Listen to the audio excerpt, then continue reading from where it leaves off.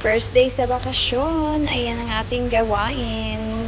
Nagpinta ako ng aking pader dahil maraming sulat ng mga pamangkin ko. Ayan. Para medyo magandang tingnan, nilagyan ko ulit ng pinta. Puti lang kasi para malinis tingnan, di ba? Ganun lang ang buhay, guys. Pag may mga oris-oris na nga ginatawag, o di, ikaw na magkakusa ka magpinta-pinta kay hindi. Mahal man lang maggasto ka. Magbayad sa mapinta, di ba? Kita na lang kay wala makakwalta. Wala mata budget para dira. Enjoy! Here we come, guys. Ito po yung aming tindahan sa aming bayan. Tapas Kapis. Ayan po. Maliit lang siya, pero okay din naman. Ito na yung kinalakihan naming tindahan mula noon hanggang ngayon. Pero, nag-asenso na yan, guys. Maganda na siya.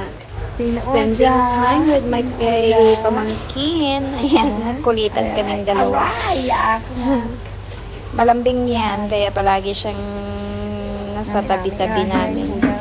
Malambing tong pamangkin kong to eh. Nagpapakyut sa camera. Ganito lang yung mga time na nami-miss natin sa Pilipinas. Kasi may time tayong maglambing sa mga pamangkin. Since wala naman tayong anak, ayan. Time to gala, guys. Ayan, nagkadto kami sa may takas. Kumbaga, amon nga daw plaza-plaza sa among barangay na makita mo. Medyo marikot pa. Pero simentado na rin. Medyo hindi na siya mabudlay. Pareos ang dati.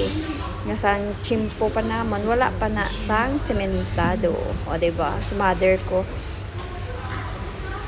Ayan. O, diba? Nahirapan ko si mother ko. Ayan. Nagpa-dayaw-dayaw masinday nyo.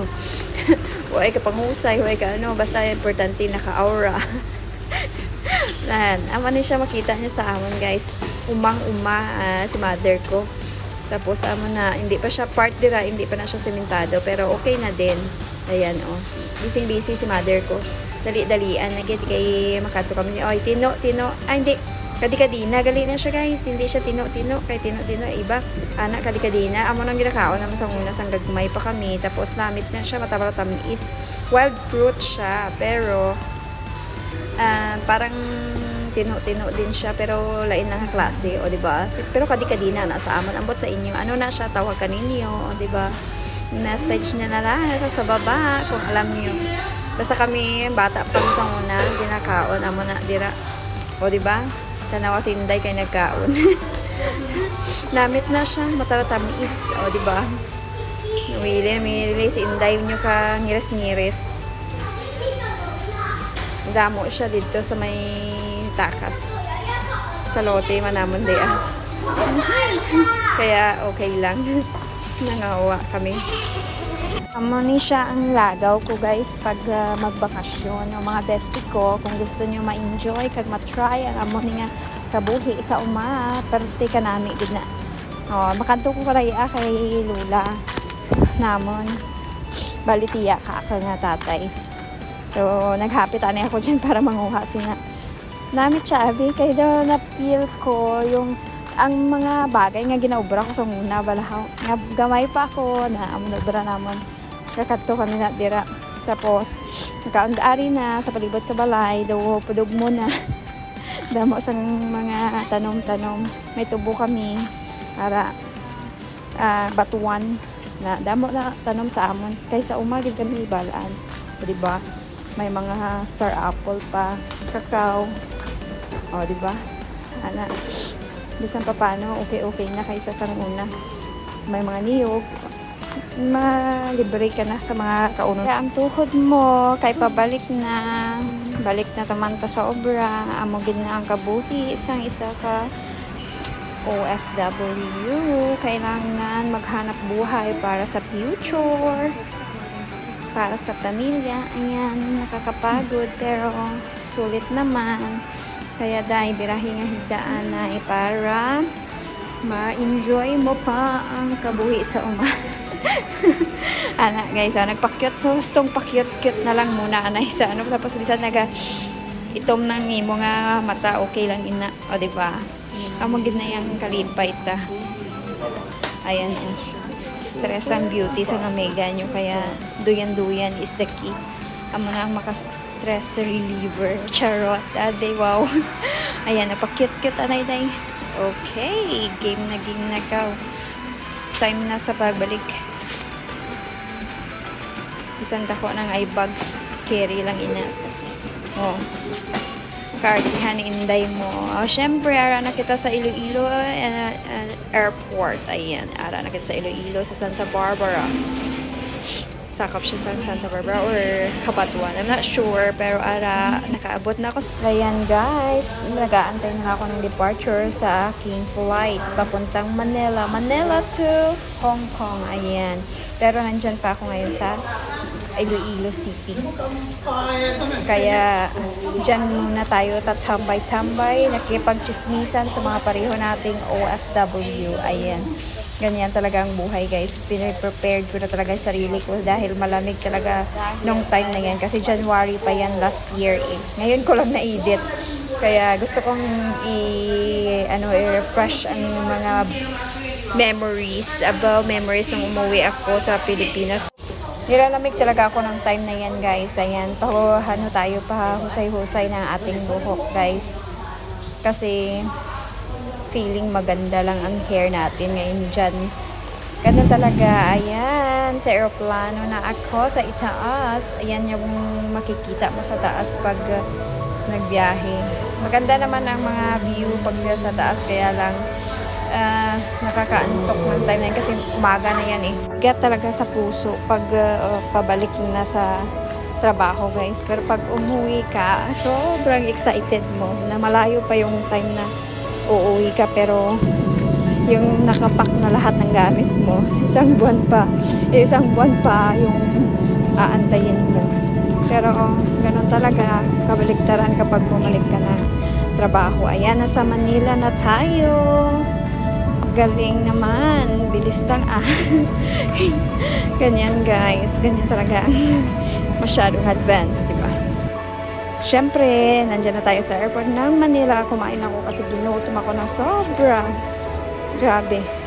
Masarap yung kinain ko dyan kasi hindi ko nakain nung time na nagbakasyon ako.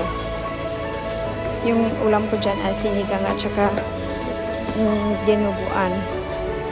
Gutom na gutom si Inday mo. Kasi umaga na yan eh. Nasa 2 a.m. yata ng umaga. Kasi yung flight ko is ganun na rin. Mga 3 or 4. 4 yata. Kasi morning na ako nakarating ng Hong Kong ng time na yan. Sarap na sarap si Inday mo. Oh. Kain pa more. Ganun talaga. Naka-order yata ako ng 2 rice niya. Tsaka 2 ulam. Kasi sobrang gutom na gutom ako dyan.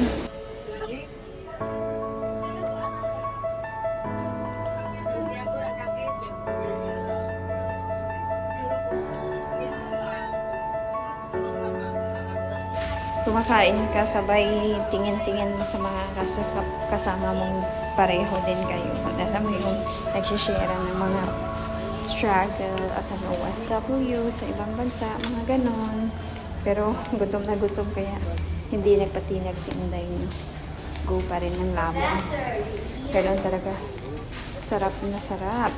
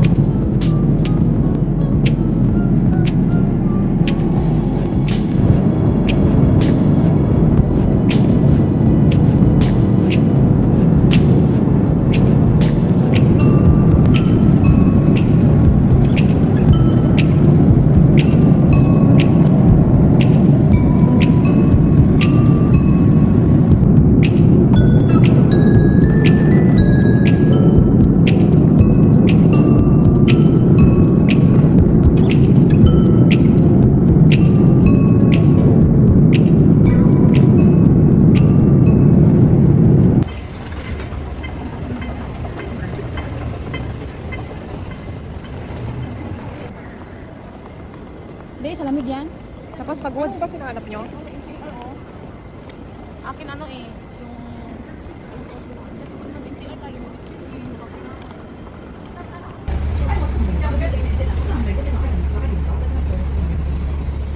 Kasi